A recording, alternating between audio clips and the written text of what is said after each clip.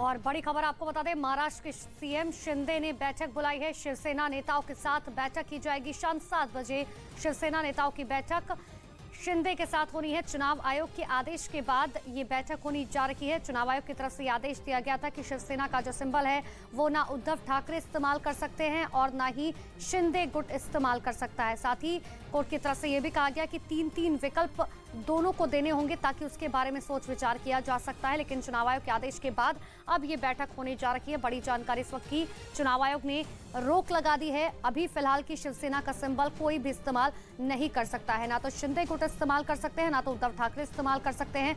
ऐसे में उद्धव ठाकरे के सामने सबसे बड़ी चुनौती है कि शिवसेना का जो पारंपरिक सिंबल रहा है उसे किस तरीके से बचाया जा सके।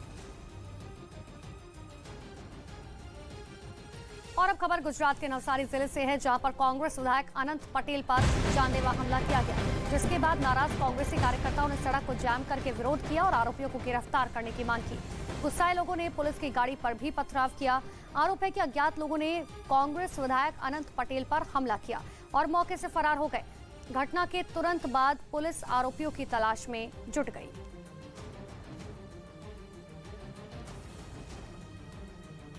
यहाँ पे जिला पंचायत प्रमुख भिखू भाई ने गाड़ी लेके उसके साथ कई गुंडे थे।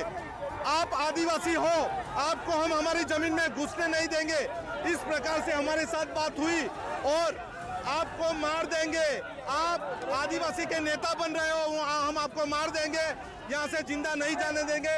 इसी प्रकार से मेरी गाड़ी तोड़ दी और मेरे पे हमला हुआ। 40-50 आदमी थे।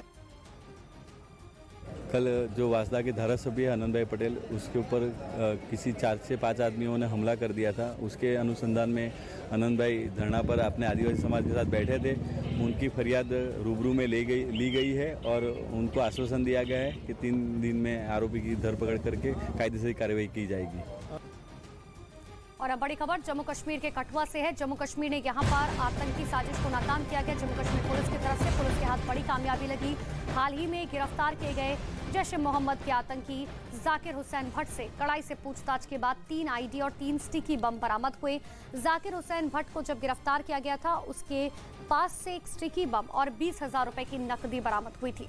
जैश के आतंकी मॉड्यूल को ध्वस्त कर कठुआ पुलिस ने दिवाली में आतंक फैलाने की बड़ी साजिश को नाकाम किया।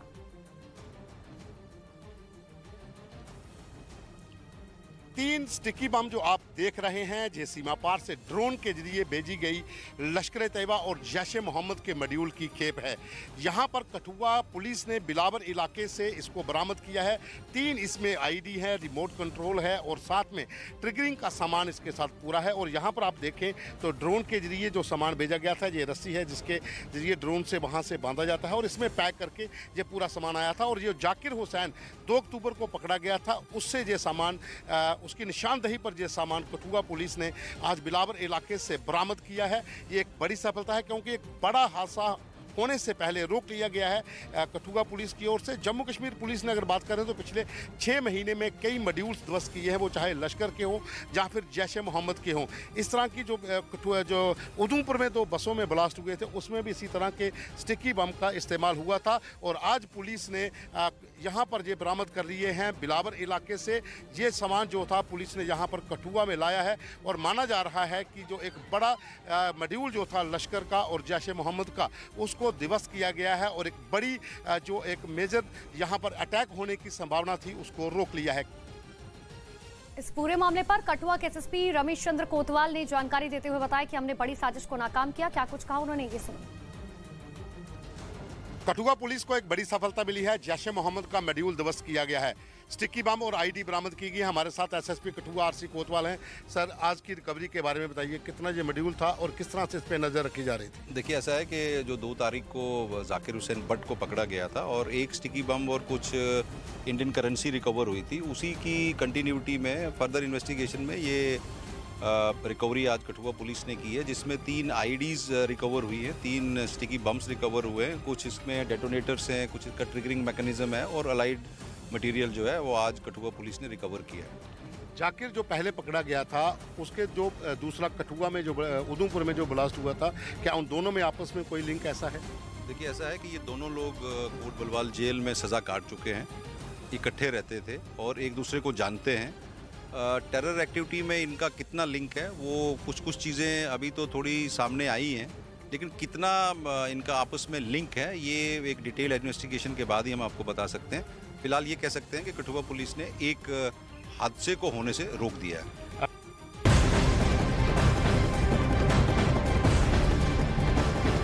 और इस वक्त की बड़ी खबर आपको बता रहे, दिल्ली में बवाना थाना इलाके के दरियापुर में बदमाशों ने फिल्मी स्टाइल में शोरूम के बाहर ताबड़तोड़ फायरिंग की।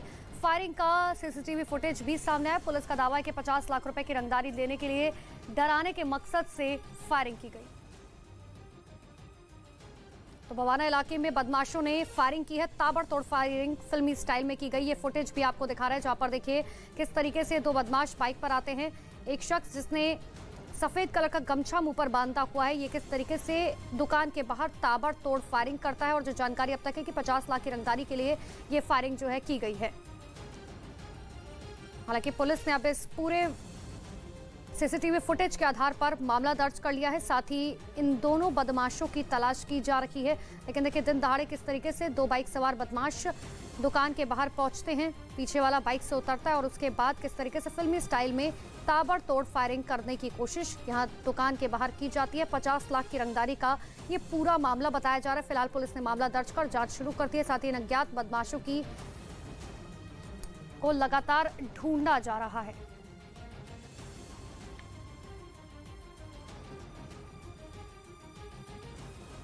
तो पीएम मोदी आज से गुजरात के दौरे पर हैं। गुजरात दौरे पर पीएम मोदी कई बड़ी सौगातें देने जा रहे हैं। गुजरात में करीब पीएम 14,500 करोड़ रुपए की परियोजनाओं का लोकार्पण और शिलान्यास करेंगे। पहले दिन मोढेरा को सोलर पावर से चलने वाला पहला गांव घोषित करेंगे। साथ ही पीएम मोदी 3900 करोड़ से ज्यादा के प्रोजेक्ट्स का उद्घाटन और नींव रखेंगे। शाम में पीएम मोदी मोधेश्वरी माता मंदिर और सूर्य मंदिर भी जाएंगे। पीएम मोदी सूर्य मंदिर में सुंदर प्रोजेक्शन मैपिंग भी देखेंगे।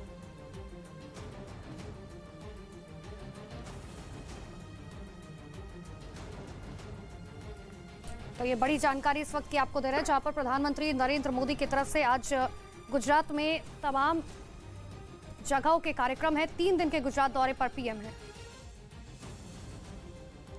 आज से पीएम मोदी गुजरात के दौरे पर पहुंच रहे हैं, जहां पर वो करोड़ों की सौगात देंगे।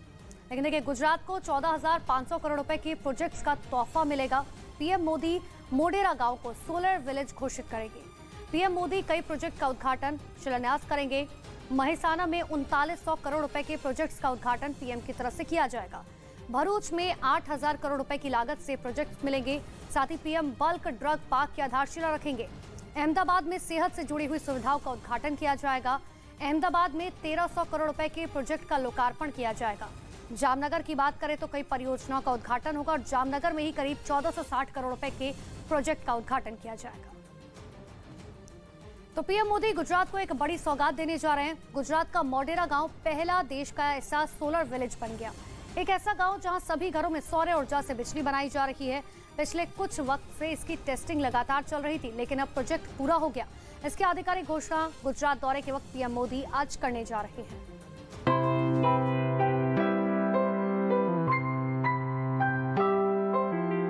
एक गांव जहां प्रधानमंत्री का सपना आकार ले चुका है। एक गांव जहां प्रधानमंत्री का सपना साकार हो चुका है। एक गांव जो पीएम मोदी के ड्रीम प्रोजेक्ट को पूरा करने वाला पहला गांव बन गया है। देश का पहला सोलर विलेज बन गया है। देश का पहला ऐसा गांव जो 24/7 सोलर पावर वाला बन गया है, जहां के सभी घरों में सूरज की किरणों से बनी बिजली का इस्तेमाल हो रहा है। एक ऐसा गांव जिसके ज्यादातर घरों में 0 बिजली का बिल आ रहा है। एक ऐसा गांव जो सौर ऊर्जा से बिजली बनाकर पड़ोस के 3 गांव को रोशन कर रहा है।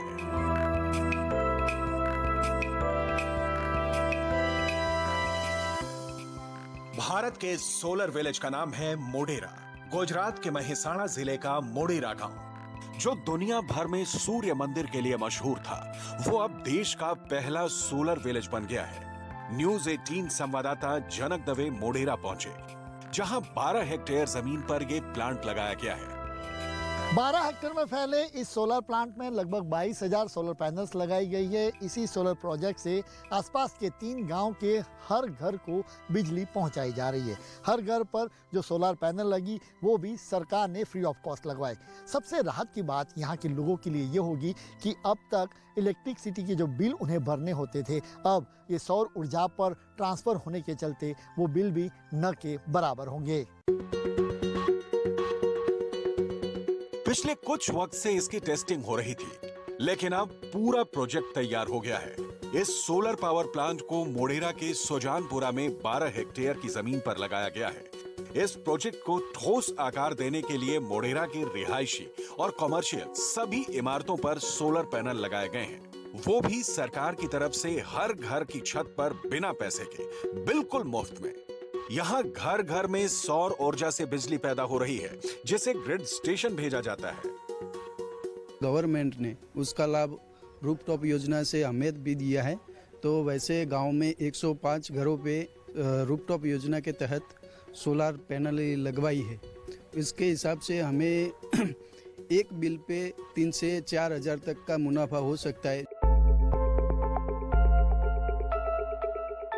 सौर ऊर्जा से जो बिजली बनती है वो डीसी करंट होती है।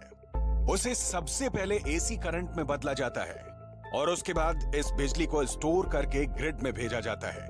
ग्रिड से हर मकान को बिजली सप्लाई होती है। सोलर पैनल से जो बिजली का उत्पादन होता है उसको मॉनिटर किया जाता है round the clock 24/7 365 days monitor किया जाता है। देखिए, ये मोढेरा सन टेम्पल और मोढेरा गांव को जो बिजली पहुंचाई जाती है उसका प्रोडक्शन अभी आप देखिए, जो आपको हरी लाइन वहाँ पे ब्लू लाइन में जो दिख रहा है 234 किलोवाट के हिसाब से वहाँ प्रोडक्शन होता है। उसको यहाँ अगर सेकंड विंडो में देखें तो वही जो प्रोडक्शन है वो ग्रिड में तब्दील किया जाता है। मोढेरा के सभी 1300 घरों में हर घर में 1 किलोवाट की क्षमता वाले सोलर रूफटॉप लगाए गए हैं।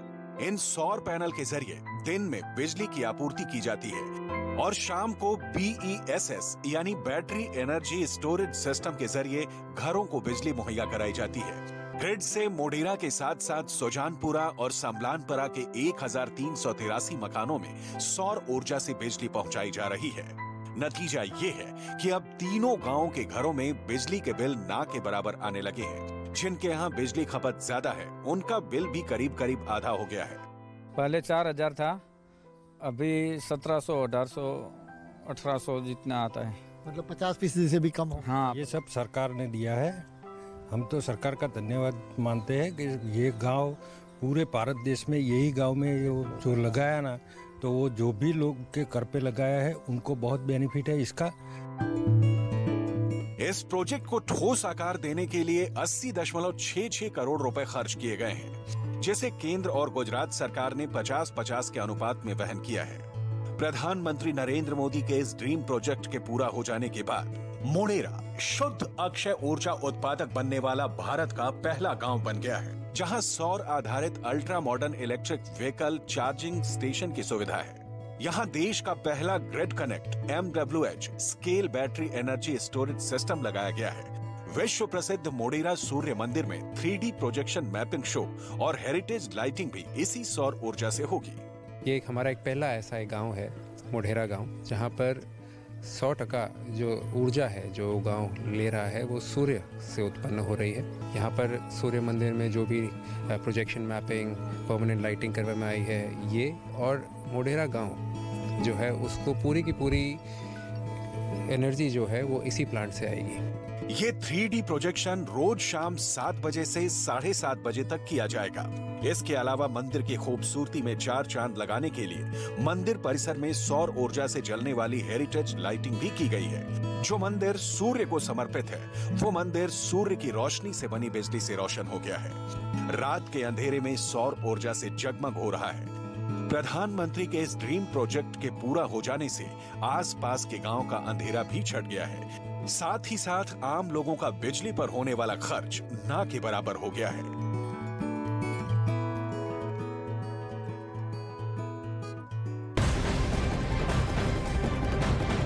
और इसी बीच बड़ी खबर आपको बता रहे हैं, शिवसेना के चुनाव चिन्ह पर इलेक्शन कमीशन की रोक लगा दी गई है। उद्धव ठाकरे ने भी बैठक बुलाई है। जहां पर उद्धव ठाकरे गुट की बैठक होने जा रही। चुनाव आयोग के सिंबल पर आए फैसले के बाद ये बैठक होगी और बैठक दोपहर 12 बजे होगी। एक तरफ एकनाथ शिंदे आज एक बड़ी बैठक शाम 7 बजे करने वाले हैं, दूसरी तरफ शिवसेना के चुनाव चिन्ह पर जब से इलेक्शन कमीशन की तरफ से रोक लगाई गई है उसके बाद अब दोनों गुट की तरफ से बैठक की जानी है। और देखिए, इलेक्शन कमीशन की तरफ से साफ तौर पर कहा गया कि शिवसेना का जो चुनाव चिन्ह है धनुष और बाण का, उस पर अभी फिलहाल रोक लगाई जाती है, यानी कि दोनों में से कोई भी, ना तो एकनाथ शिंदे के गुट और ना उद्धव गुट इसका इस्तेमाल कर सकते हैं। अब शिवसेना के सामने सबसे बड़ी चुनौती है कि आखिर उनका पारंपरिक जो चिन्ह है उसे किस तरीके से बचाया जा सके, और एकनाथ शिंदे के सामने चुनौती है कि आखिर उसे किस तरीके से हासिल किया जा सके।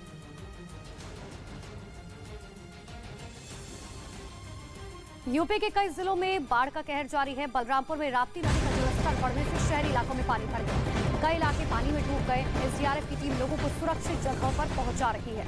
नेशनल हाईवे पर छोटी गाड़ियों की आवाजाही पर फिलहाल रोक लगा दी गई। नवोदय विद्यालय का पूरा इलाका जलमग्न हो गया। लगातार बढ़ रहे जलस्तर से नवोदय विद्यालय की 4 दीवारी भी टूटकर गिर गई। उत्तर प्रदेश के बलरामपुर में भारी बारिश ने जमकर तबाही मचाई। बीते 24 घंटे से हो रही बारिश से शहर के कई इलाकों में बाढ़ जैसे हालात बन गए, जिससे लोगों की मुसीबतें बढ़ गई। बलरामपुर से सामने आई तस्वीरों में चारों तरफ पानी ही पानी नजर आया, जिसमें कई घर और सड़कें डूबी दिखाई दी। देखने से ऐसा लगा जैसे सड़क पर कोई नदी बह रही हो। एक वीडियो में तो एक घोड़ा पानी के सैलाब में तैरता हुआ दिखाई दिया, जबकि कुछ लोग नाव में बैठकर पानी को पार करके सुरक्षित जगह पर जाते हुए नजर आए। तो वहीं दूसरे इलाके से भी इसी तरीके का एक वीडियो सामने आया, जिसमें कई गाड़ियां बारिश के पानी में डूबी दिखाई दी। जल भराव में सड़कें भी डूब गई, जिसकी वजह से लंबा जाम लग गया। बढ़ ही रहा है पानी, जहाँ जहाँ सूचना आ रही है वहाँ उसकी व्यवस्था की जाए और एनडीआरएफ भी आ रही है, बाढ़ राहत दल भी है। बताया गया कि बीते दिनों से हो रही बारिश से कई नदियां खतरे के निशान से 100 सेंटीमीटर ऊपर पहुंच गई, जिसकी वजह से वहां के आसपास के खेतों की फसलें डूब गई, जिससे लोगों को काफी नुकसान हुआ। जिसके बाद प्रशासन ने राहत बचाव का काम तेजी से शुरू कर दिया। गोरखपुर में लगातार हो रही बारिश से कई नदियां उफान पर है। राप्ती नदी का जलस्तर काफी तेजी से बढ़ रहा है। नदी का पानी कई गांव में पहुंच गया। राप्ती नदी पर बने श्रीराम घाट, गुरु गोरखनाथ घाट की सीढ़ियां भी बाढ़ के पानी में डूब गई। और गोरखपुर की तस्वीरें आपको दिखा रहे हैं। यूपी के अलग अलग जगहों की, अलग अलग इलाकों की तस्वीरें अमूमन एक ही जैसी है, जहां पर बाढ़ का पानी अब लगातार बढ़ता ही जा रहा है। डैम में भी पानी बढ़ रहा है। ऐसे में नदियों का जलस्तर बढ़ने की वजह से लोगों के लिए मुसीबतें ज्यादा बढ़ गई हैं। और बहराइच की भी तस्वीर आपको दिखाते हैं, जहां पर बाढ़ से 30 गांव में पानी भर गया। बाढ़ में फंसे ग्रामीणों को बचाने के लिए एनडीआरएफ की टीम बुलाई गई।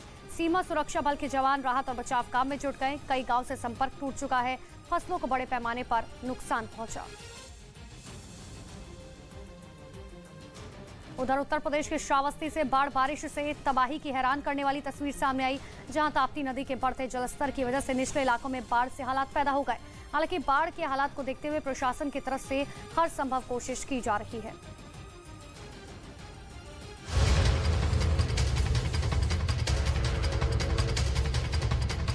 लेकिन ताप्ती नदी का रौद्र रूप आसपास के गांवों को पूरी तरह से अपनी चपेट में ले चुका है, जहां गांव के गांव पानी में डूबे नजर आए। यहां बैराज का जलस्तर खतरे के निशान से 195 सेंटीमीटर ऊपर बह रहा है, जिसकी वजह से निचले इलाके में बाढ़ आने से गांव वालों की परेशानियां बढ़ गई हैं। गांव पानी में जलमग्न हो गया है। घरों के बाहर मानो नदी बह रही हो, जिसकी वजह से लोग अपने घरों में ही कैद होने पर मजबूर दिखे। कई जगह तो गांव वाले सड़क के किनारे प्लास्टिक की पन्नी तानकर भी रहते दिखे। वहीं कच्चे मकान ढहने से कई लोग बेघर हो गए।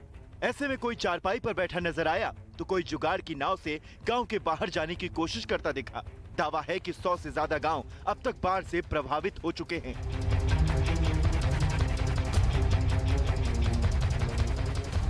यूपी के मथुरा में भारी बारिश हुई। बारिश के बाद लोगों को राहत महसूस हुई। हालांकि बारिश के बाद जगह जगह जल भराव हो गया। कई इलाके पानी में डूब गए। तो मथुरा की तस्वीर आपके सामने है। कृष्णनगरी की ये हालत देखिए। हालांकि यूपी के कई इलाकों की बात करें तो एक ही जैसी हालत है, लेकिन पिछले 24 घंटे से लगातार मथुरा में बारिश हो रही है, जिसकी वजह से लोगों को गर्मी से तो राहत मिली, लेकिन फिलहाल लोगों को जाम से दो चार होना पड़ रहा है। और यूपी के बाद आपको एमपी की तस्वीरें दिखाते हैं। मध्य प्रदेश के मुरैना में भी हालात एक ही जैसे हैं। लगातार बारिश से लोग परेशान हैं, जनजीवन अस्त व्यस्त है, कई इलाके जलमग्न हो गए। बारिश का पानी घरों में घुस गया। लगातार बारिश से कारोबारी और किसानों को नुकसान झेलना पड़ रहा है।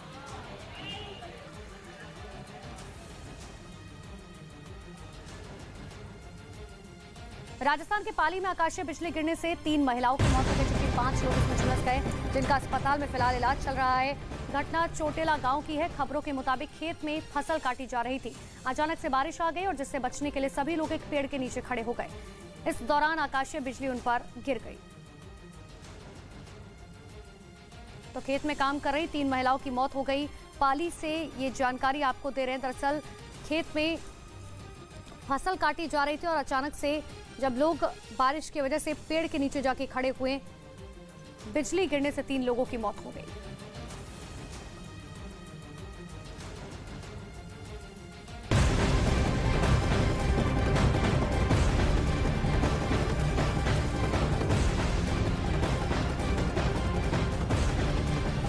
और इसी बीच बड़ी खबर आपको बता दें, रूस यूक्रेन युद्ध से जुड़े। यूक्रेन में रूस की तरफ से मिसाइल अटैक किया गया। जापोरिजिया में मिसाइल से हमला किया गया।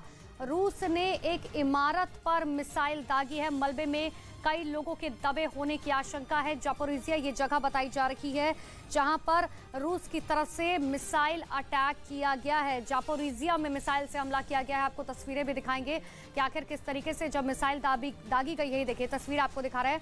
दरअसल एक इमारत में जाकर ये मिसाइल लगी और जो जानकारी है कि अभी भी इसमें कई लोगों के दबे होने की आशंका है, क्योंकि जाहिर सी बात है जब मिसाइल से हमला किया जाता तो आसपास किस तरीके की तबाही का मंजर देखने को मिलता है वो आप तस्वीरों में देख सकते हैं। लेकिन मलबे में अभी भी लोगों के दबे होने की पूरी आशंका है।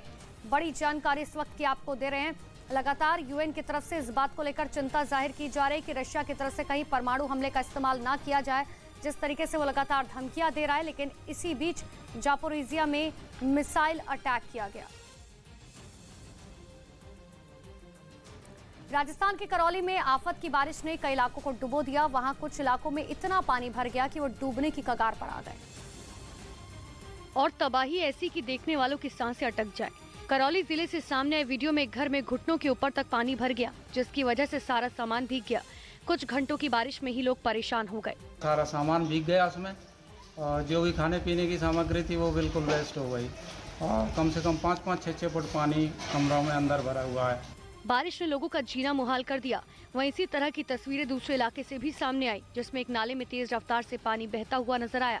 बताया गया कि रास्ते को जोड़ने वाली पुलिया को तोड़कर पानी को निकाला गया, क्योंकि इसकी वजह से घरों में कई फीट पानी भर गया था, जिससे लोगों को काफी दिक्कतों का सामना करना पड़ा। राजस्थान के सवाई माधोपुर जिले में बेमौसम बारिश से लोगों का जनजीवन अस्त व्यस्त हो गया। चंद घंटों की बारिश ने पहाड़ से लेकर मैदान तक हाहाकार मचाकर रख दिया, जिसकी वजह से इलाकों की नदी नालों में उफान आ गया। यहाँ के शेरपुर खिलचीपुर नाले में पहाड़ से पानी आने की वजह से अचानक जलस्तर बढ़ गया। नाले ने रौद्र रूप धारण कर लिया। नाले पर बना पुल सैलाब में डूब गया, जिसकी वजह से दोनों तरफ से लोग फंस गए और उफनते नाले ने रफ्तार पर ब्रेक लगा दी। लोग दोनों किनारे खड़े होकर पानी कम होने का इंतजार करते रहे। खबरों के मुताबिक करीब 3 दर्जन गाँव का जिला मुख्यालय से संपर्क कट गया। 5 घंटे के बाद पानी कम हुआ तो रास्ते पर आवागमन शुरू किया गया। राजस्थान के कोटा बैराज के 8 गेट खोल दिए गए। इससे पहले 6 गेट खोले गए। 8 गेट को खोलकर 1,01,172 क्यूसेक पानी की निकासी की जा रही है। बैराज के गेट खोलने के साथ ही निचले और आसपास की बस्तियों को भी अलर्ट किया गया है। तो कोटा बैराज के 8 गेट खोले गए हैं, जिसके बाद पानी की रफ्तार लगातार बढ़ती हुई नजर आ रही है। कोटा बैराज के 8 गेट खोले जाने से लोगों की परेशानियां भी बढ़ सकती हैं, क्योंकि लगातार बारिश से लोग बेहद परेशान पहले से ही हैं और इसी वजह से कोटा बैराज के 8 गेट खोल दिए गए हैं, ताकि जो पानी शहर में जम रहा है अब वो आगे बढ़ जाए।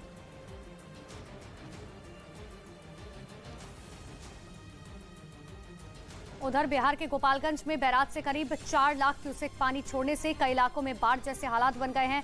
बारिश का पानी सड़कों और मकानों में भर गया, जिसकी वजह से कई लोगों को अपना घर तक छोड़ना पड़ा और उन्हें सड़क किनारे तंबू बनाकर रहने को मजबूर होना पड़ा। वहां से सामने आई तस्वीरों में चारों तरफ पानी ही पानी नजर आया, जिसमें कई कच्चे मकानों के गिरने का खतरा मंडरा रहा है। जिनके घर जो है बाढ़ के पानी में डूब चुके हैं, वो लोग सड़क किनारे कैसे जो है शरण लिए हैं। ये गोपालगंज बेतिया का स्टेट हाईवे है, जहां पर सड़क किनारे सिर्फ एक बैलगाड़ी है और बैलगाड़ी पर ही पॉलिथीन तानकर ये लोग शरण लिए हैं। क्योंकि गंडक नदी का जलस्तर खतरे के निशान को पार कर गया, निचले इलाकों में जल भराव के बीच लोगों को खाने पीने की परेशानी का सामना करना पड़ा। दिल्ली एनसीआर में मौसम का मिजाज बदल चुका है। दिल्ली में झमाझम बारिश से हल्की ठंड का एहसास होने लगा। साथ ही कई इलाकों में जल भराव हो गया, जिससे लोगों की परेशानियां बढ़ गई। मौसम विभाग ने दिल्ली में आज भी हल्की बारिश की संभावना जताई है, तो वहीं नोएडा में बारिश के बाद जगह जगह पानी भर गया। गुरुग्राम के कई हिस्सों में जल भराव हुआ। 3 तस्वीरें आपके सामने हैं, जहाँ पर देखिए किस तरीके से लोगों को परेशानियों से दो चार होना पड़ रहा है। बारिश की वजह से थोड़ी सी लोगों को गर्मी से राहत जरूर मिली, लेकिन ट्रैफिक जाम हो गया, गाड़ियों की रफ्तार थम गई। दिन में लोग लाइट जलाकर गाड़ियां चलाते हुए नजर आए। इतना ही नहीं, पानी किस कदर भर चुका है। गुरुग्राम की तस्वीरें देखिए, घुटनों तक पानी भरा हुआ नजर आया।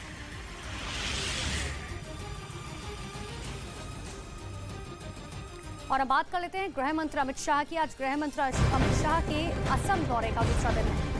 अमित शाह सुबह 9:30 बजे मां कामाख्या देवी मंदिर का दौरा करेंगे, मंदिर में पूजा करेंगे और उसके बाद करीबन 11 बजे गुवाहाटी में नॉर्थ ईस्टर्न काउंसिल के 70वें प्लानरी सेशन में शामिल होंगे।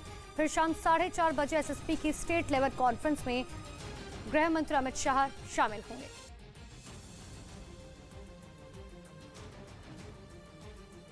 और बड़ी खबर आपको यूपी के बहराइच से बता दें, जहां पर करंट लगने से 4 लोगों की मौत हो गई। बाराफात के जुलूस के दौरान यह हादसा हुआ। ये घटना बहराइच के माशुकपुर गांव में हुई है। तो बड़ी जानकारी इस वक्त की आपको दे रहे हैं। यूपी के बहराइच में 4 लोगों की मौत हो गई। करंट लगने से ये मौत हुई है, जो जानकारी अब तक है। फिलहाल पुलिस प्रशासन भी मौके पर मौजूद है, लेकिन परिवार का देखिए रो रो कर बुरा हाल।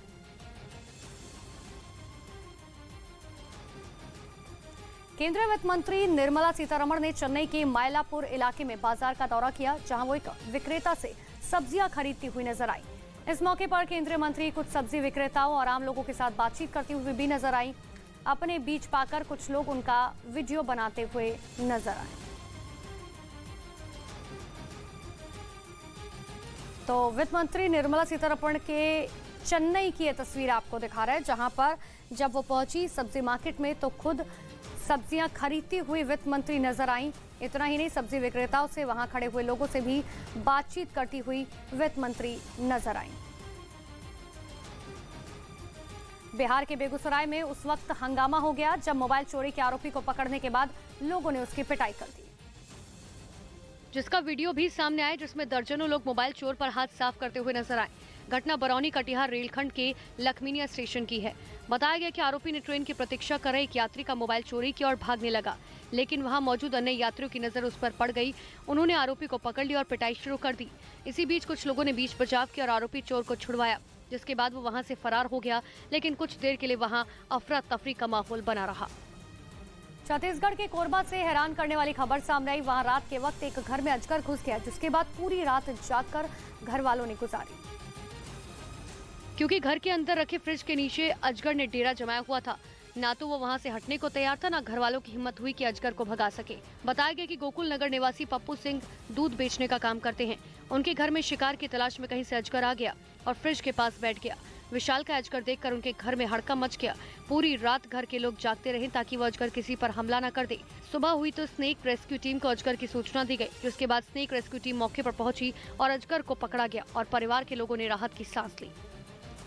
आरएसएस प्रमुख मोहन भागवत 3 दिवसीय प्रवास पर यूपी के कानपुर पहुंच गए। दिल्ली हावड़ा राजधानी ट्रेन से मोहन भागवत कानपुर पहुंचे। कानपुर में मोहन भागवत के कई कार्यक्रम है, जिसमें वो भाग लेंगे, लेकिन कानपुर प्रवास के दौरान संघ प्रमुख मोहन भागवत की सुरक्षा के कड़े इंतजाम किए गए हैं। तो कानपुर पहुंचे हैं आरएसएस प्रमुख मोहन भागवत, उसकी तस्वीर आपके सामने है, जहां पर सुरक्षा के कड़े बंदोबस्त किए गए हैं। 3 दिवसीय प्रवास पर आरएसएस प्रमुख मोहन भागवत पहुंचे हैं कानपुर। राजस्थान की राजधानी जयपुर से एक हैरान करने वाली तस्वीर सामने, जिसमें पुलिस एक लड़के का पहाड़ों के बीच रेस्क्यू करती हुई दिखाई दी। दावा यह है कि लड़का फर्जी डॉक्यूमेंट लेकर अग्निवीर बनने आया था। तो फर्जी डॉक्यूमेंट लेकर यह लड़का आया था अग्निवीर बनने, जिसके बाद पहाड़ों से इस लड़के का रेस्क्यू किया गया। देखिए किस तरीके से ऊंची पहाड़ पर चढ़कर ये लड़का जो है वहां पर छिपा रहा, लेकिन जैसे ही पुलिस को जानकारी मिली, पुलिस वहां पर पहुंची।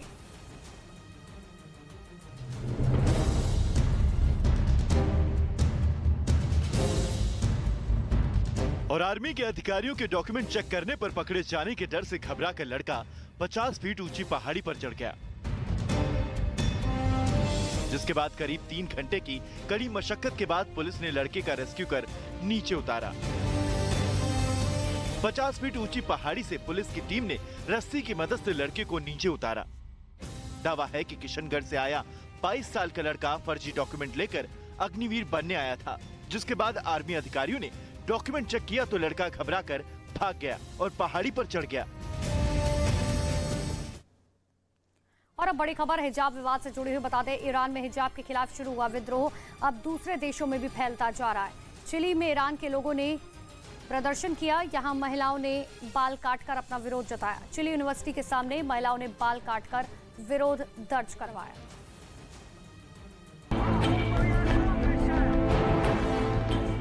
चिली में हिजाब के विरोध में प्रदर्शन, यूनिवर्सिटी के सामने बाल काटकर जताया विरोध, मुंह पर टेप लगाकर लोगों का प्रदर्शन। हिजाब के खिलाफ ईरान में लगी आग की चिंगारी और दूसरे देशों में भी फैलने लगी है। चिली में ईरान के लोगों ने इस मामले में अपना विरोध जताया। सैंटियागो में चिली यूनिवर्सिटी के सामने एक लड़की ने अपने बाल काट दिए और महशा अमीनी के समर्थन में नारे लगाए। इतना ही नहीं, प्रदर्शन में शामिल लोगों ने अपने चेहरे पर टेप लगा लिए। प्रदर्शनकारियों की टी शर्ट पर महशा अमीन की तस्वीर भी लगी थी। इन लोगों ने ईरान सरकार के खिलाफ नारे लगाए और महिलाओं के लिए आजादी की मांग की।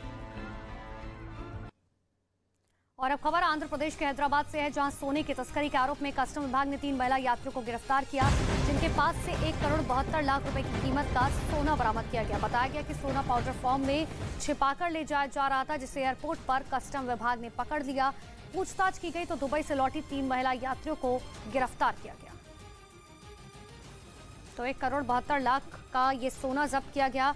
ये सोना पाउडर के रूप में ले जाया जा रहा था। दुबई से सोने की तस्करी का आरोप लगाया। अब कस्टम विभाग ने इसे जब्त कर लिया है और मामले की जांच पड़ताल की जा रही है। उत्तर प्रदेश के कानपुर से हैरान कर देने वाला एक वीडियो सामने आया। वहां आरती के दौरान एक बकरा मंदिर में भगवान के सामने झुककर प्रणाम करता हुआ नजर आया। ये वीडियो सोशल मीडिया पर जमकर वायरल हो रहा है, जिसमें वो बकरा घुटनों के बल गर्भगृह के ठीक सामने बैठा दिखा। इस घटना का जो वीडियो सामने आया उसमें एक बकरा मंदिर की सीढ़ियों पर बैठकर भगवान शंकर को नमन करता हुआ नजर आया। इस घटना को देख वहां मौजूद लोग दंग रह गए। ये वीडियो भगवान शिव के दर्शन करने आए एक श्रद्धालु ने अपने मोबाइल कैमरे में रिकॉर्ड कर लिया और सोशल मीडिया पर वायरल कर दिया। ये घटना शहर के प्रसिद्ध आनंदेश्वर मंदिर में आरती के दौरान हुई। बताया गया कि आनंदेश्वर मंदिर में कई भक्त हवन पूजन के बाद बकरों का दान करते हैं। इसके बाद इन बकरों को घाट पर ही छोड़ दिया जाता है। वहीं आज झुग्गी झोपड़ी पर रहने वाले भी कई बकरे और बकरियां पालते हैं। ये बकरे बकरियां मंदिर के आसपास घूमते रहते हैं। यूपी के हरदोई में एक आदमी का पानी की टंकी पर चढ़कर हाई वोल्टेज ड्रामा देखने को मिला। पारिवारिक विवाद के बाद बीजेपी का झंडा लेकर टंकी पर चढ़ा आदमी कई घंटों की मशक्कत के बाद उसे नीचे उतारा गया। तो ये तस्वीर देखिए हरदोई में, जहां पर एक शख्स का ड्रामा देखने को मिला। पानी की टंकी पर वो कई घंटे तक चढ़ा रहा, जिसके बाद कड़ी मशक्कत के बाद इस शख्स को नीचे उतारा जा सका। इसीलिए उसने एक ऐसा कदम उठाया। इस घटना का जो वीडियो सामने आया, वो आदमी पानी की टंकी पर बीजेपी का झंडा लहराता नजर आया।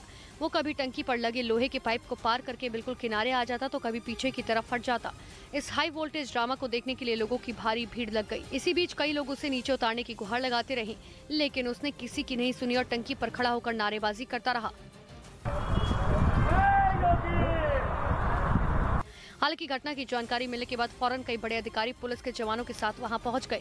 उससे नीचे आने के लिए कहते दिखे, लेकिन वो अपनी बात पर अड़ा रहा। करीब 3 घंटे तक चले इस हाई वोल्टेज ड्रामा के बाद उस आदमी ने अधिकारियों की बात मान ली और पानी की टंकी से नीचे उतर आया, जिसके बाद पुलिस उसे गाड़ी में बैठाकर थाने ले गई। मानना था कि इनके पिता सौतेले पिता हैं, इनकी बातों को घर में तवज्जो नहीं दिया जाता है। इनके घर में इनकी जो बातें हों उसको लोग मानते नहीं हैं। वहीं पुलिस ने इस मामले में परिवार के लोगों को बुलाकर दोनों के बीच सुलह कराई और आगे से ऐसी हरकत नहीं करने की चेतावनी देकर आदमी को छोड़ दिया। राजस्थान के जोधपुर से दिल दहला देने वाला एक वीडियो सामने आया। वहाँ एक घर में गैस सिलेंडर में अचानक से धमाका हुआ। ये वीडियो छत पर मौजूद कुछ लोगों ने अपने मोबाइल में रिकॉर्ड कर लिया। इस घटना में 4 लोगों की दर्दनाक मौत हो गई, जबकि 16 लोग इसमें जख्मी हो गए, जिन्हें नजदीकी अस्पताल में भर्ती कराया गया। हादसे की जांच की जा रही है। इससे पहले जोधपुर के कीर्ति नगर में भी गैस सिलेंडर में धमाके से हड़कंप मच गया था, जिसकी वजह से वहां आग की लपटों के साथ काले धुएं का गुबार उठता नजर आया।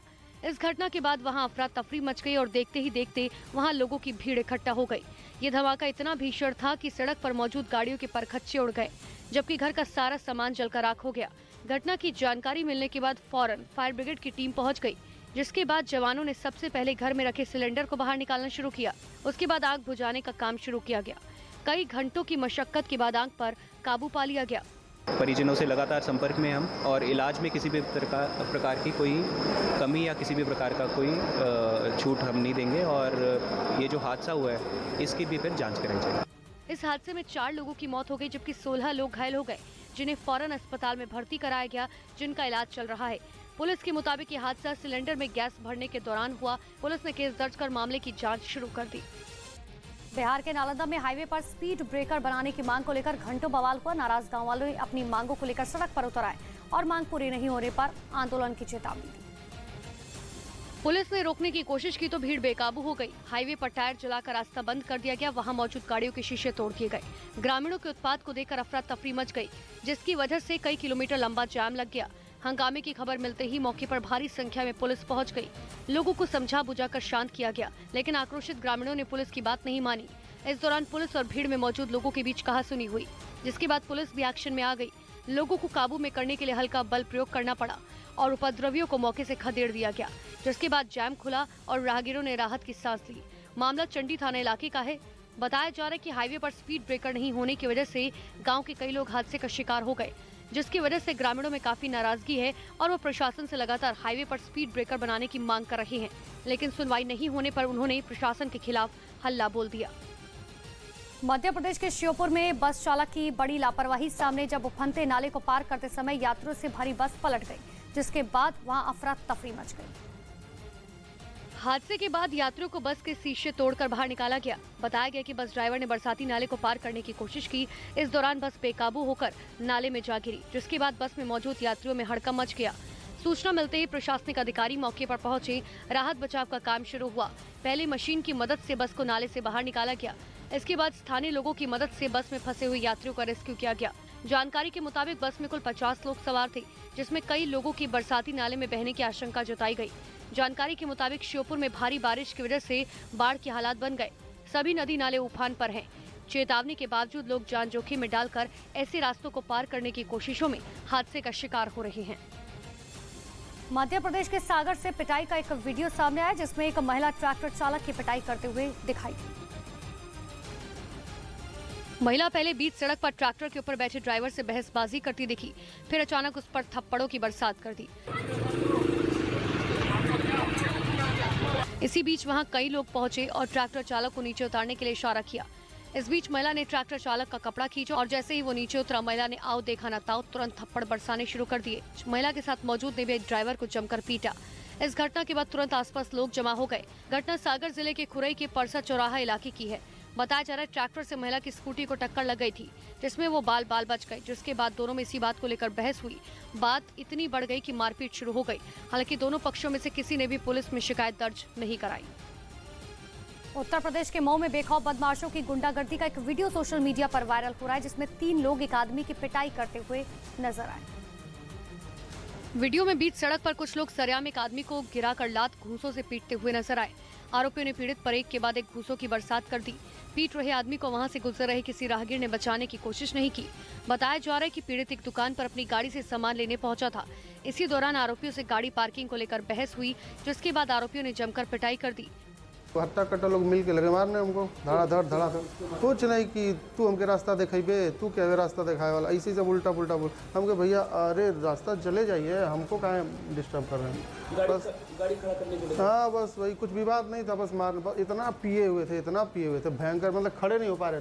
पीड़ित की शिकायत पर पुलिस ने केस दर्ज कर लिया और पूरे मामले की जांच में जुट गई। हालांकि आरोपियों की अब तक पहचान नहीं हो पाई, लेकिन पुलिस जल्द कार्रवाई करने का दावा कर रही है। केरल के कोचीन में 5वीं चैंपियंस बोट लीग का आयोजन किया गया। मरीन ड्राइव पर 9 स्नेक बोट के साथ वाटर रिसोर्सेज मिनिस्टर ने रेस का शुभारंभ किया। मरीन ड्राइव में बोट पर अलग अलग ड्रेस में सवार प्रतिभागी नजर आए। रेस में अपनी टीम की जीत सुनिश्चित करने के लिए खिलाड़ी कड़ी मेहनत करते दिखे। इस दौरान समुद्र की लहरों पर नाव को पतवार से खेते प्रतिभागियों ने अद्भुत नजारा पेश किया। तो वहीं किनारे पर पारंपरिक रूप से सांस्कृतिक कार्यक्रम का भी आयोजन किया गया। दर्शक एक तरफ स्नेक बोट रेस का लुत्फ उठा रहे थे तो वहीं दूसरी तरफ सांस्कृतिक कार्यक्रम देखकर उत्साहित दिखे। बता दें कि चैंपियंस बोट लीग में भाग लेने वाली प्रत्येक टीम को नकद पुरस्कार मिलेगा। लीग के विजेता और उपविजेता टीम को सम्मानित किया जाएगा। उधर महाराष्ट्र के नासिक से दिल को डराने वाली एक तस्वीर सामने, जब सिलेंडर से भरा ट्रक पलटने के बाद उसमें धमाके होने लगे और सिलेंडर फटने के बाद उसके टुकड़े हवा में उड़ने लगे। घटना मनमाड़ इलाके की है, जहां पूरे इंदौर हाईवे पर तेज रफ्तार ट्रक बेकाबू होकर पलट गया, जिसमें करीब 200 सिलेंडर भरे हुए थे। जैसे ही ट्रक पलटा उसमें आग लग गई, जिसकी वजह से सिलेंडर में एक के बाद एक कई धमाके हुए और सिलेंडर रॉकेट की तरह हवा में उड़ने लगे। इसी बीच सिलेंडर ब्लास्ट की आवाज से आसपास के इलाकों में हड़कंप मच गया। ऐसा लगा जैसे किसी ने बम फोड़ा हो, जिसके बाद हाईवे पर गाड़ियों की आवाजाही को ब्रेक लगाना पड़ा ताकि कोई गाड़ी सिलेंडर ब्लास्ट की चपेट में आकर हादसे का शिकार न हो जाए। हालांकि बाद में दमकल कर्मियों ने ट्रक में लगी आग पर काबू पाया और यातायात सामान्य हुआ। और अगली खबर छत्तीसगढ़ के रायपुर से आ रही है। यहाँ से एक वीडियो सामने आया है। इस वीडियो में स्कूल के कुछ बच्चे हेलीकॉप्टर में सैर करते हुए नजर आ रहे हैं। ये बच्चे 10वीं और 12वीं क्लास के टॉपर हैं, जिन्हें सम्मान के तौर पर हेलीकॉप्टर की राइड करवाई गई।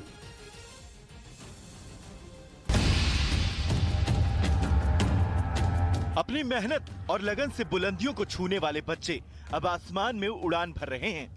रायपुर से ऐसी ही तस्वीरें सामने आई हैं, जिसे खूब सराहा जा रहा है। दरअसल छत्तीसगढ़ में 10वीं और 12वीं क्लास में टॉप करने वाले छात्र और छात्राओं को सरकार अनूठे अंदाज में सम्मानित कर रही है। इसी सिलसिले में सरकार टॉपर बच्चों को हेलीकॉप्टर से आसमान में सैर करा रही है।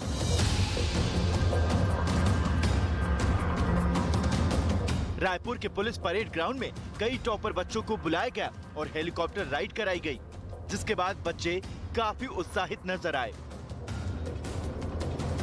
फर्स्ट टाइम बैठी थी हेलीकॉप्टर में, मुझे बहुत अच्छा लगा। मेरा फर्स्ट एक्सपीरियंस बहुत अच्छा था और जो घर में पेरेंट्स थे वो भी बहुत एक्साइटेड थे, लेकिन जो ग्रैंड पेरेंट्स थे वो थोड़े से नर्वस थे कि फर्स्ट टाइम जा रही है, कैसे जाएगी, इसलिए। और बहुत अच्छा लगा। छत्तीसगढ़ सरकार की तरफ से 10वीं और 12वीं बोर्ड के नतीजे आने से पहले ही ऐलान कर दिया गया था कि जो बच्चे परीक्षा में टॉप करेंगे उन्हें हेलीकॉप्टर राइड कराया जाएगा। वहीं बच्चों के आसमान में सैर कराने का ये वीडियो अब सोशल मीडिया में वायरल हो रहा है।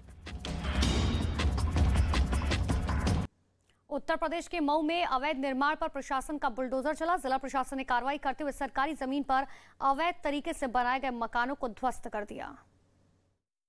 तस्वीरें मोहम्मदाबाद कोतवाली थाना इलाके की है। यहाँ प्रशासन का बुलडोजर खूब गरजा। देखते देखते एक नहीं बल्कि 1 दर्जन मकानों को जमींदोज कर दिया गया। सरकार की सख्त कार्रवाई से गांव में चारों तरफ हड़कंप मच गया। इस दौरान वहां भारी संख्या में पुलिस के जवान और प्रशासनिक अधिकारी मौजूद रहे। जिला पंचायत की शिकायत पर प्रशासन की तरफ से ये कार्रवाई की गई। आरोप है कि सरकारी जमीन को कागजात में खरीद की जमीन दिखाकर अवैध तरीके से मकान बनाए गए थे। मकानों को ध्वस्त करने से पहले आरोपियों को नोटिस दिया गया था। जब कई बार नोटिस देने के बाद भी अतिक्रमण नहीं हटाया गया तो जिला प्रशासन के आदेश पर अवैध निर्माण गिराकर सरकारी जमीन को खाली कराया गया। करीब अवैध निर्माण है और अवैध निर्माण को हटाने के लिए प्रशासन का बुलडोजर चलाया जा रहा है। हालांकि प्रशासन की कार्रवाई से लोग मायूस नजर आए। लोग बता रहे हैं पोखरी पर है, पोखरी की वजह से गिरा है। अच्छा, कोई नोटिस आपको मिली थी इसके पहले? हाँ, नोटिस पहले मिली थी। अवैध मकानों को गिराने के दौरान भारी संख्या में पुलिस बल को तैनात किया गया था ताकि विरोध होने पर हालात को काबू में किया जा सके। और अब खबर गुजरात के नवसारी जिले से, जहां कांग्रेस विधायक अनंत पटेल पर जानलेवा हमला किया गया, जिसके बाद नाराज कांग्रेसी कार्यकर्ताओं ने सड़क को जाम कर विरोध किया। आरोपियों को गिरफ्तार करने की मांग की। गुस्साए लोगों ने पुलिस की गाड़ी पर भी पथराव किया। आरोप है कि अज्ञात लोगों ने कांग्रेस विधायक अनंत पटेल पर हमला किया और मौके से फरार हो गए। घटना के तुरंत बाद पुलिस आरोपियों की तलाश में जुट गई। यहाँ पे जिला पंचायत प्रमुख भिखू भाई ने गाड़ी लेके उसके साथ कई गुंडे थे, आप आदिवासी हो, आपको हम हमारी जमीन में घुसने नहीं देंगे। इस प्रकार से हमारे साथ बात हुई और आपको मार देंगे, आप आदिवासी के नेता बन रहे हो, हम आपको मार देंगे, यहाँ से जिंदा नहीं जाने देंगे। इसी प्रकार से मेरी गाड़ी तोड़ दी और मेरे पे हमला हुआ। 40-50 आदमी थे। कल जो वासदा के धारासभ्य आनंद भाई पटेल, उसके ऊपर किसी 4 से 5 आदमियों ने हमला कर दिया था। उसके अनुसंधान में आनंद भाई धरना पर अपने आदिवासी समाज के साथ बैठे थे। उनकी फरियाद रूबरू में ली गई है और उनको आश्वासन दिया गया है कि 3 दिन में आरोपी की धरपकड़ करके कायदेशीर कार्रवाई की जाएगी। पीएम मोदी आज से गुजरात के दौरे पर है। गुजरात दौरे पर पीएम मोदी कई सौगात देने वाले हैं। गुजरात में पीएम करीब 14,500 करोड़ रुपए की परियोजनाओं का लोकार्पण और शिलान्यास करेंगे। पहले दिन मोढेरा को सोलर पावर से चलने वाला पहला गांव घोषित करेंगे। साथ ही पीएम मोदी 3900 करोड़ से ज्यादा के प्रोजेक्ट्स का उद्घाटन और नींव रखेंगे। शाम में पीएम मोदी मोदेश्वरी माता मंदिर और सूर्य मंदिर जाएंगे। पीएम मोदी सूर्य मंदिर में सुंदर प्रोजेक्शन मैपिंग शो भी देखेंगे। तो आज से पीएम मोदी गुजरात के दौरे पर हैं, जहां पर वो करोड़ों की सौगात देंगे। गुजरात को 14,500 करोड़ रुपए के प्रोजेक्ट्स का तोहफा मिलेगा।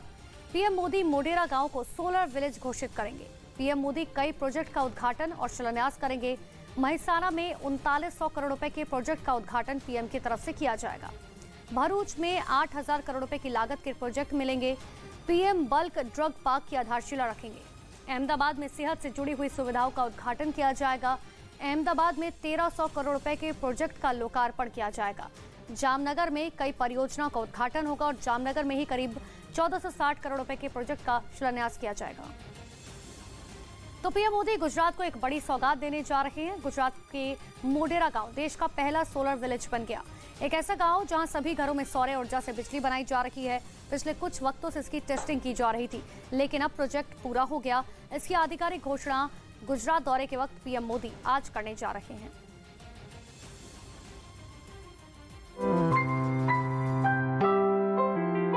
एक गांव जहां प्रधानमंत्री का सपना आकार ले चुका है। एक गांव जहां प्रधानमंत्री का सपना साकार हो चुका है। एक गांव जो पीएम मोदी के ड्रीम प्रोजेक्ट को पूरा करने वाला पहला गांव बन गया है। देश का पहला सोलर विलेज बन गया है। देश का पहला ऐसा गांव जो 24/7 सोलर पावर वाला बन गया है, जहां के सभी घरों में सूरज की किरणों से बनी बिजली का इस्तेमाल हो रहा है। एक ऐसा गांव जिसके ज्यादातर घरों में 0 बिजली का बिल आ रहा है। एक ऐसा गांव जो सौर ऊर्जा से बिजली बनाकर पड़ोस के 3 गांव को रोशन कर रहा है।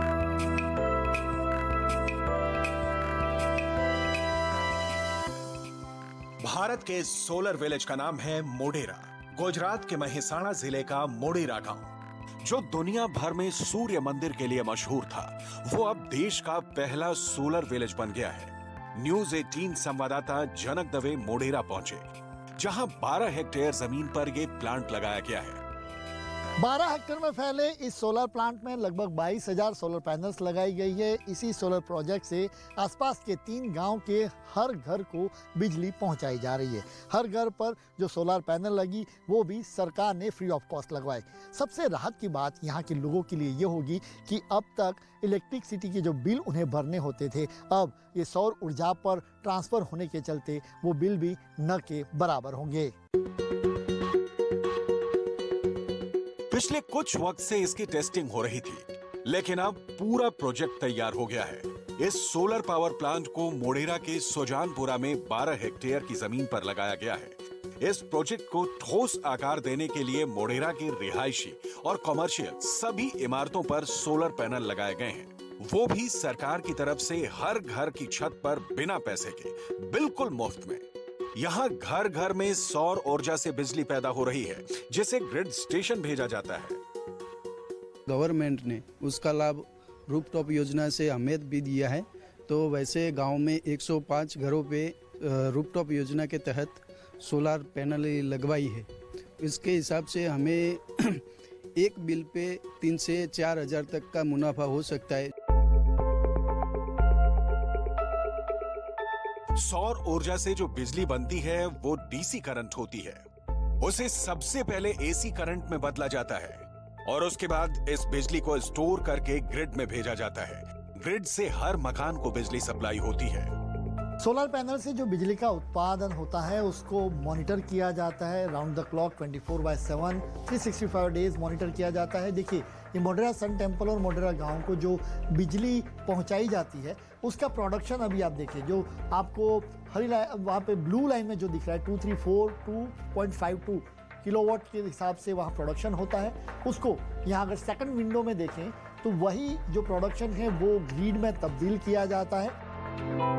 मोढेरा के सभी 1300 घरों में हर घर में 1 किलोवाट की क्षमता वाले सोलर रूफटॉप लगाए गए हैं। इन सौर पैनल के जरिए दिन में बिजली की आपूर्ति की जाती है और शाम को BESS यानी बैटरी एनर्जी स्टोरेज सिस्टम के जरिए घरों को बिजली मुहैया कराई जाती है।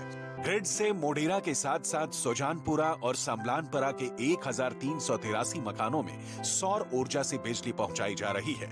नतीजा ये है कि अब तीनों गांवों के घरों में बिजली के बिल ना के बराबर आने लगे हैं। जिनके यहाँ बिजली खपत ज्यादा है उनका बिल भी करीब आधा हो गया है। पहले 4000 था, अभी 1700, 1800, 1800 जितना आता है। मतलब 50% से भी कम हो। हाँ, ये सब सरकार ने दिया है। हम तो सरकार का धन्यवाद मानते हैं कि ये गांव पूरे भारत देश में यही गांव में ये जो लगाया ना, तो वो जो भी लोग के कर पे लगाया है उनको बहुत बेनिफिट है इसका। इस प्रोजेक्ट को ठोस आकार देने के लिए 80.66 करोड़ रुपए खर्च किए गए हैं, जिसे केंद्र और गुजरात सरकार ने 50-50 के अनुपात में वहन किया है। प्रधानमंत्री नरेंद्र मोदी के इस ड्रीम प्रोजेक्ट के पूरा हो जाने के बाद मोढेरा शुद्ध अक्षय ऊर्जा उत्पादक बनने वाला भारत का पहला गांव बन गया है, जहां सौर आधारित ultra modern electric vehicle charging station की सुविधा है। यहां देश का पहला grid connect MWH scale battery energy storage system लगाया गया है। विश्व प्रसिद्ध मोढेरा सूर्य मंदिर में 3D प्रोजेक्शन मैपिंग शो और हेरिटेज लाइटिंग भी इसी सौर ऊर्जा से होगी। ये एक हमारा पहला ऐसा गांव है मोढेरा गांव, जहां पर 100% जो ऊर्जा है जो गांव ले रहा है वो सूर्य से उत्पन्न हो रही है। यहाँ पर सूर्य मंदिर में जो भी प्रोजेक्शन मैपिंग, परमानेंट लाइटिंग करवा में आई है ये, और मोढेरा गांव जो है उसको पूरी की पूरी एनर्जी जो है वो इसी प्लांट से आएगी। ये 3D प्रोजेक्शन रोज शाम 7 बजे से 7:30 बजे तक किया जाएगा। इसके अलावा मंदिर की खूबसूरती में 4 चांद लगाने के लिए मंदिर परिसर में सौर ऊर्जा से जलने वाली हेरिटेज लाइटिंग भी की गई है। जो मंदिर सूर्य को समर्पित है वो मंदिर सूर्य की रोशनी से बनी बिजली से रोशन हो गया है। रात के अंधेरे में सौर ऊर्जा से जगमग हो रहा है। प्रधानमंत्री के इस ड्रीम प्रोजेक्ट के पूरा हो जाने से आसपास के गांव का अंधेरा भी छट गया है। साथ ही साथ आम लोगों का बिजली पर होने वाला खर्च ना के बराबर हो गया है।